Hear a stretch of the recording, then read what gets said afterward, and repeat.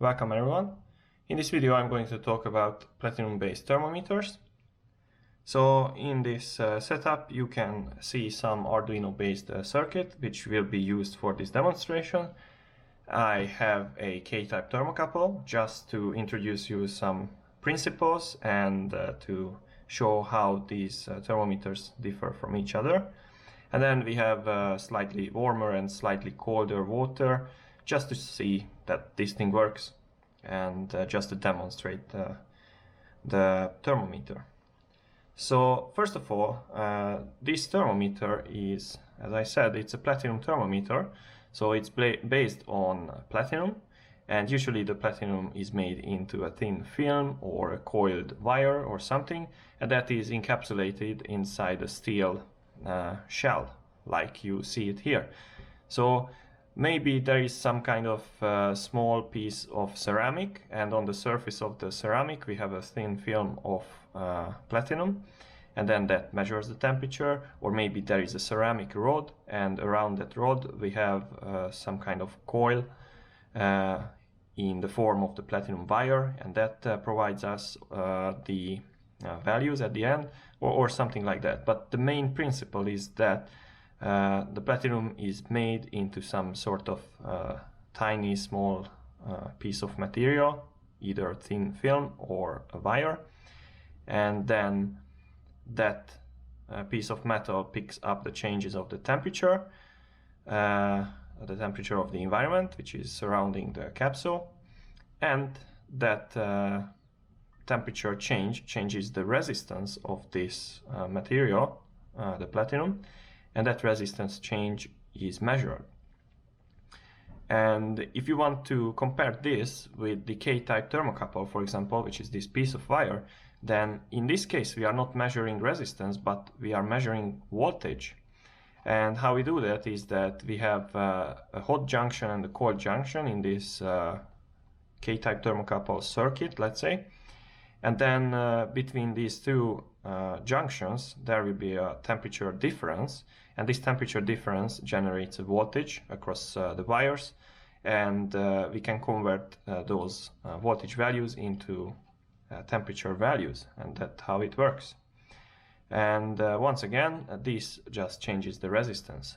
Earlier I talked about these so-called NTC thermistors, which work with a very similar principle, except those things are usually made out of some kind of semiconductors. But this is a pure platinum metal inside this capsule, but of course it's a very tiny amount because it would be extremely expensive otherwise.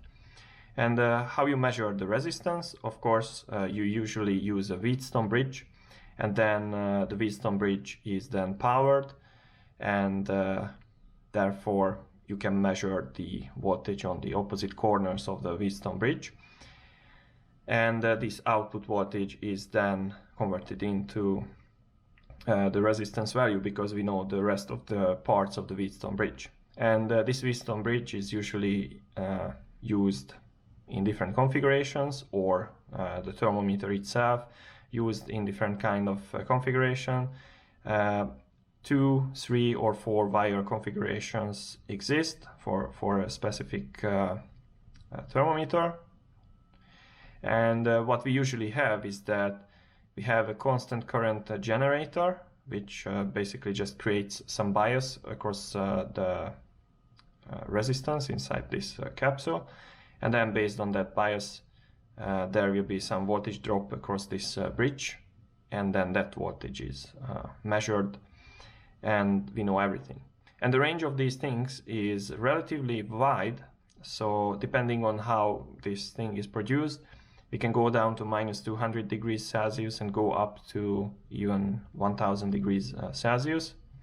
So it is almost as good as this at high temperatures, but this is much more precise. So this is crazy precise as compared to the K-type based thermometers. So that's why it is very good to use this kind of thermometer. And let's go to the circuit. So I just use an Arduino again, and then I just use an OLED display just to show you the values So this is just printing the temperature values. And then in this case, now I'm using the MAX31865 circuit, which is a very nice circuit for platinum thermometers. It works with 2, 3, and 4 wire configuration thermometers. Now, as you can see, I have 3 connections connected, so this is a 3-wire thermometer. There are 2 things to notice about this specific circuit. This is an original Adafruit circuit, so this is not any kind of Chinese copy or something, but the Chinese copy just looks like this. But of course it's more cheap. But what you have to know if you are using this circuit with a 3-wire thermometer is that there are 2 things that we have to change. And first of all, here near the black terminals there is a soldered tab which has a text 2-3 wire, and if you are using a 2 or 3 wire thermometer, then you have to put some tin on over this, so you have to solder the tabs together. Like here you can see the exposed tabs, and you don't touch it if you are using a different configuration, if you use the same configuration as I. But if you are using the 3-wire configuration, you have to put some solder here. And another thing is that here next to this flower you see a solder tab 2, 4, 3, and originally there are like 3 tabs here, and the 2 and the 4, so coming from this side, the first and the second tab is connected together by a tiny piece of trace on the PCB, and you have to cut that with some kind of knife. So I just use this knife, and you cut that, so you cut the connection, and you put some solder between the second and the third solder tab, and that sort of creates the configuration for this 3-wire thermometer. And then otherwise this is a very simple stuff, so you can use it in between 3 and 5 volts, so both voltages are useful or usable here. And this is just a simple SPI circuit, so there is nothing extra. And if you are looking for the source code, where people usually ask me where I connected this or that pin, and if it's a standard SPI device, then I'm just using the standard SPI pins on the microcontroller. So in this case it is between the pin number 10 and pin number 13. I will put the text here, what is what, but basically this is just connected via the standard SPI pins, and there is no rocket science behind this. The only exception, which you will see when I demonstrate the coding, is that since I'm not using the Adafruit library, which you can do, but then you will never learn how this works. Since I'm not using the library, I have to manually switch the chip select pin, because the chip on this board will only communicate with the microcontroller when the chip select is pulled down to low, and then the transfer between the microcontroller and the thermometer can work. So now I just connect this microcontroller to a regular USB power supply, which is just a mobile phone charger, and then I will show you what is what. So let's see. So this is turned on, and I hope that you see the numbers properly. They change rapidly because I use it with a fast sampling. But you can see that this shows 27.4 degrees Celsius. And then this guy here technically shows the same. I hope you can see it. So what is nice about this thing is that it reacts relatively quick. So now this is the lukewarm water, so I put this in, and you see that the temperature immediately rises and it goes up quite fast, so you can see the change very nicely. And if I want to compare the 2 temperatures, then I can put these guys in the same water and we can see what is happening. And you can see that the temperatures are more or less close. but this thermometer is more precise. While with the K-type thermocouple, you can have like plus minus something error, depending on which temperature range you are reading at. But you can see, yeah, 31 degrees, whatever. And now I put it in the colder water. I just bring it closer so I don't mess up anything. They are not extremely cold. You can see that this almost immediately jumped to the cold temperature, but that is just because there is a wire. I show you, the wire is directly exposed. So technically you immediately bring it down to that temperature, which is the temperature of the water, while the platinum-based one is encapsulated in that steel tube. Therefore, some time is needed to go down in the temperature. So the whole piece of material has to reach the desired temperature, which is the temperature of the bath. And you can see again that we are roughly at the same temperature. And I could change this experiment and do this for infinite amount of combinations of temperatures and stuff, but you can see that this works nicely and everything works as expected. So yeah, this is a very nice and simple circuit. You don't need anything fancy, and at the end of the day you will have a very reliable temperature reading. So actually this set is quite expensive, so the circuit plus this thermometer, if you buy the genuine Adafruit products, then it might be expensive, but it's worth the money, because then you will have a very reliable source of temperature. And if you have some important experiment or something where you have very sensitive temperature requirements, then this is the way to go. So I think I talked enough about the experimental configuration and everything. So I will go to my computer and show you the code, which is a relatively simple and short code, so the video will not be too long this time. So let's look at the source code and let's see how this circuit works behind the scenes. So you can see that I have included the wire.h and SPI.h because I am using both of them. So the wire, which is the I2C connection that takes care of the OLED display that I was using, and the SPI, which is the SPI, that takes care of the thermometer module. So I wrote the pins for the I2C here. SDA goes to A4 and SCR goes to A5 on Arduino Uno and also Nano. And then the SPI pins are the following. These are the standard SPI pins once again. And on the left side you see the function for the Arduino. So chip select, master in, slave out, master out, slave in, and clock. And on the right side you see which are the pins on the temperature measurement module. So chip select, and then slave data out, slave data in, and then the clock. And then these are the pins. And you don't have to define these three, which are highlighted as outputs, because the library takes care about this, the SPI library.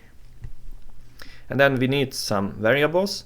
So I store the resistance, and then I'm reading the registers on the thermometer module. So I'm using the first and the second register. So this is what I use. One is for the MSB and the other is for the LSB part of the full 15-bit number of the digital reading of the resistance, in fact. And then this is the combined value of the previous two values. And then finally, of course, I have to store the temperature in some kind of variable. And then these are some parameters and variables which we will need to convert the resistance value into temperature value. So actually this is how they use it in the Adafruit library, and there is also a very nice document which I will share on my website as well about this kind of conversion and some mathematics and stuff behind it. So if you are interested in the more deeper details, you might want to read why these things and polynomial coefficients are used. So this part is just a copy-paste part again, which you can usually do if you are using the same OLED display as I. So the standard Adafruit libraries for the display, and then we have to set up the width and the height of the display. And then this is just some definition for the reset pin, and then we create the object called display.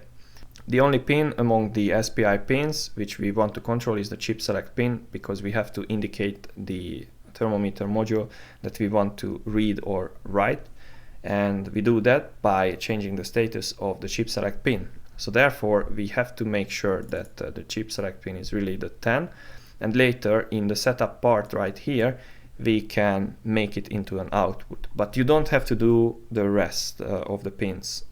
But you don't have to do the same with the rest of the SPI pins, only the chip select.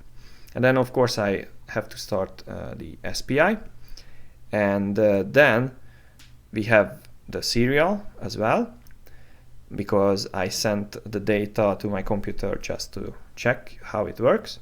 And then just some standard setup values for the display. So this is the address of the display, and then we have the font size number 3, so that almost entirely covers the whole screen, which is nice. And then white letters, because why not? And there are 3 functions in the loop. None of them supposed to be blocking function, so they go as fast as they can. But of course the communication between the microcontroller and the thermometer module has some sort of bottleneck, so that takes some time, but otherwise it's a relatively fast code.